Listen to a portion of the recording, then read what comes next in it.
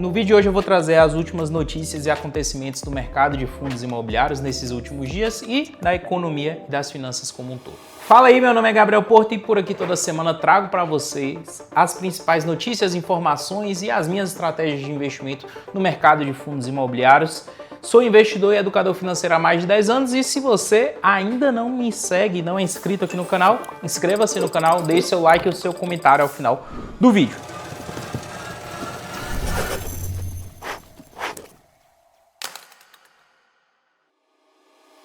Sem mais enrolação, vamos falar aqui do que aconteceu de melhor nesses últimos dias. Primeira notícia que eu quero trazer para vocês, que inclusive está lá no nosso blog da hora, foi essa que saiu no dia de ontem. SARI 11 convoca a Assembleia para aprovação sobre venda de todo o portfólio para o BTLG 11.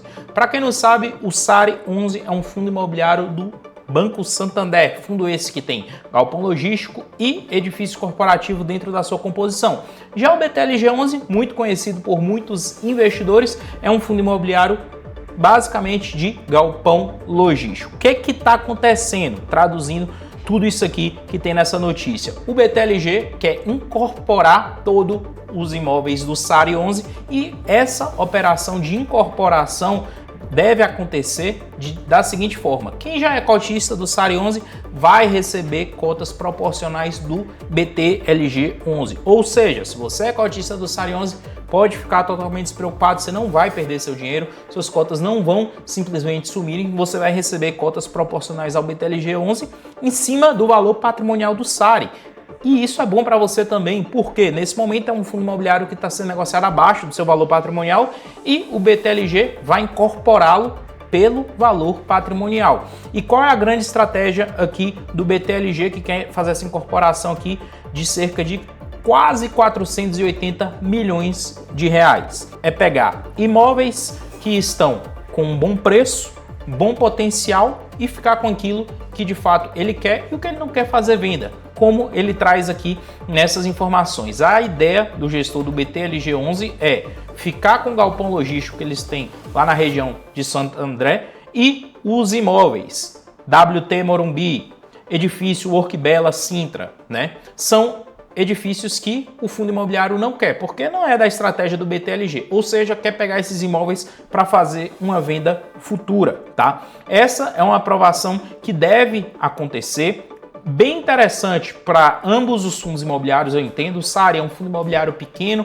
que está bem desvalorizado, o BTLG é um fundo gigantesco que quer crescer e quer mais imóveis para dentro da carteira. Eu entendo que no fim das contas, todo mundo sai ganhando e o BTLG deve ter um ganho patrimonial aqui na casa dos 20 milhões de reais. Ou seja, uma notícia muito boa, bem interessante, o BTLG mais uma vez se mostrando um dos grandes fundos imobiliários do mercado. Não? Tem gente que estava falando que isso é quando um fundo imobiliário quebra, o que aconteceu.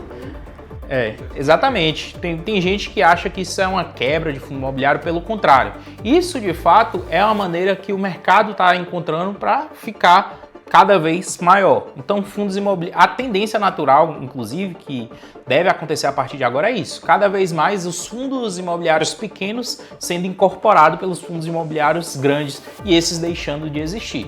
E quem já é cotista desses fundos pequenos consegue se beneficiar com cotas desse fundo imobiliário maior. Então, de fato, não tem prejuízo e perda para ninguém na ponta final. E não é novidade, né? Algo que já aconteceu com vários outros. Exatamente. Fundos grandes como XP, ML11, HG11 já fizeram ações. Exatamente. E a tendência, né, inclusive eu estava até estudando um pouco sobre isso há um pouco tempo atrás, é que cada gestora, cada casa de análise tenha um fundo imobiliário de um setor diferente. Então, por exemplo, a XP tem só um único fundo imobiliário de tijolo e dentro desse fundo imobiliário de tijolo tenha logística, shopping e cada vez seja um fundo imobiliário maior, não tenha tanta diversificação e tantos segmentos assim. Então, a tendência natural é que aos poucos o mercado fique com menos fundos imobiliários e fundos cada vez maiores, o que é bem interessante. Segunda notícia que eu quero mostrar aqui é do TRXF11, né, que está realizando aqui a sua 11ª oferta, 11ª emissão de cotas, que para o pessoal lá do BB Investimentos avaliou positivamente. É de fato positivo para o mercado porque eles querem captar aqui cerca de 1 bilhão de reais, né, para compra de novos imóveis para dentro do fundo imobiliário. Porém, para quem já é cotista desse fundo imobiliário, eu considero que essa não seja uma subscrição interessante de você participar por conta da diferença de preço entre o preço que está hoje em mercado e o preço dessa subscrição, que de fato está muito próximo. Enquanto a subscrição está por volta dos R$100, o fundo imobiliário está por volta dos R$102 em mercado. Ou seja, você vai participar de uma subscrição, ficar 2, 3 meses sem dividendos, um fundo que está pagando quase R$1 de dividendo, não faz sentido você participar nesse momento. Porém, quando a gente vê outras subscrições maiores com uma diferença e um desconto mais interessante de 4, 5, 6 reais, aí sim vale mais a pena.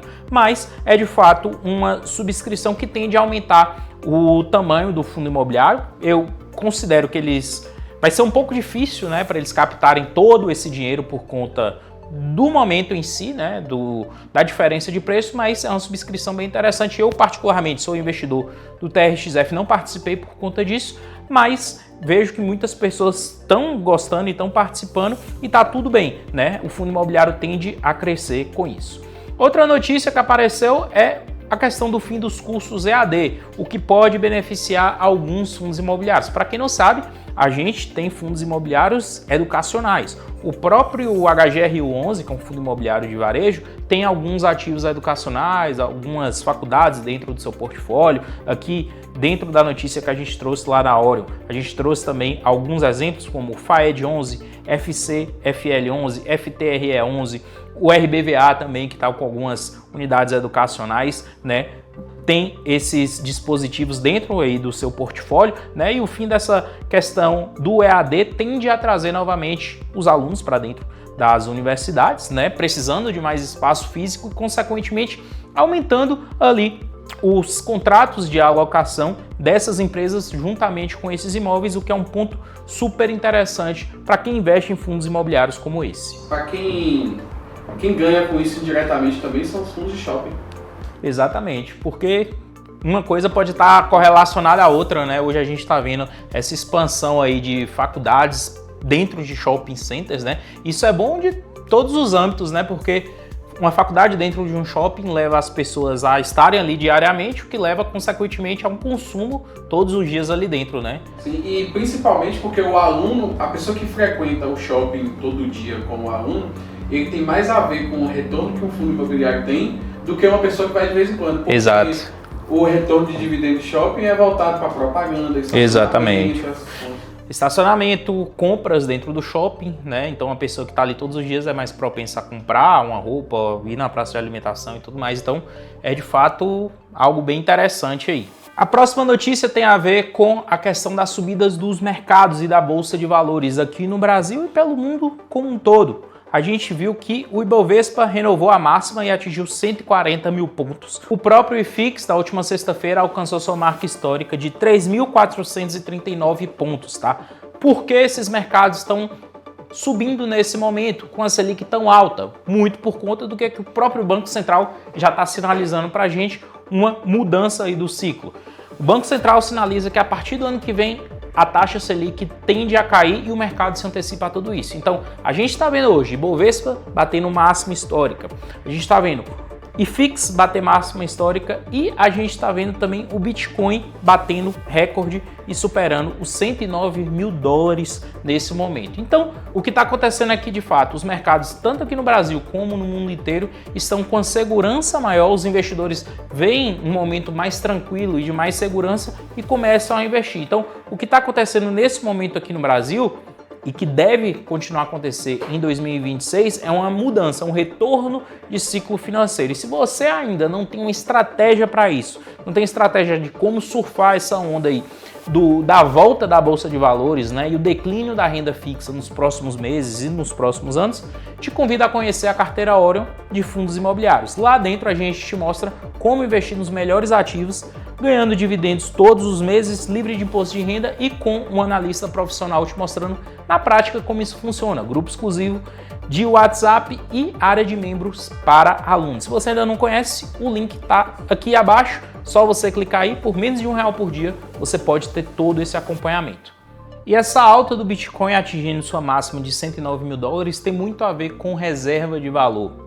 Hoje muitas pessoas se preocupam, de fato, não só pessoas, como empresas, com essa questão de reserva de valor, não querendo deixar o seu dinheiro e seu caixa exposto a moedas fiduciárias, como é o caso do dólar ou do real, que são corroídas pela inflação ao longo do tempo. O Bitcoin se mostra um dos principais caminhos. Inclusive aqui no Brasil a gente teve recentemente a empresa Melius, né, que está lá listada na bolsa como Cash 3, pegando 10% ali do seu caixa e alocando em Bitcoin. E isso trouxe para essa empresa uma visibilidade fora do comum, fazendo com que as ações dessa empresa só nos últimos 6 meses se valorizassem mais de 138%. Uma das maiores altas da Bolsa de Valores nesse momento aconteceu dentro da Cash 3, né? Foi a primeira empresa, inclusive, que fez isso na América do Sul, né? Na América do Sul, primeira empresa a tomar essa atitude, e isso chamou a atenção de muita gente, né? Um movimento internacional, você tem muita empresa internacional que faz isso, mas essa foi a primeira sul-americana. Exatamente, primeira empresa sul-americana. E a gente também tem outros movimentos em alguns países, né? A questão de El Salvador, né? Sim. A gente estava comentando mais cedo. Foi um país aí que quer tornar o Bitcoin uma moeda oficial. Exatamente, né? Então, essa mudança, né, do Bitcoin, que antigamente era mal visto, como aquela moeda, muita gente ficava com o pé atrás, e hoje se tornando algo oficial, né, como um país como El Salvador querendo transformar o Bitcoin em uma moeda ali de consumo ali das pessoas, tá fazendo com que isso aconteça. E eu acho que é só o início, né, do Bitcoin. Bateu essa máxima histórica de $109 mil. Vários especialistas no começo desse ano já colocavam a meta para o Bitcoin em 2025 chegar a $150 mil, e isso é muito viável de acontecer, né? Há pouco tempo atrás o Bitcoin voltou a cair, muita gente voltou a ficar com esse pé atrás, mas é um mercado realmente que oscila bastante. Então essas foram as principais informações desses últimos dias nos fundos imobiliários e nas finanças. E se você quer aprender mais a investir e fazer o seu dinheiro render por você, vou deixar um QR Code aqui na tela, escaneie ele para você falar com um dos meus consultores para ele te direcionar caso você tenha interesse em fazer um dos meus cursos. Escaneie o QR Code e converse com um dos meus consultores. Nos vemos no próximo vídeo. Deixe seu like e até mais.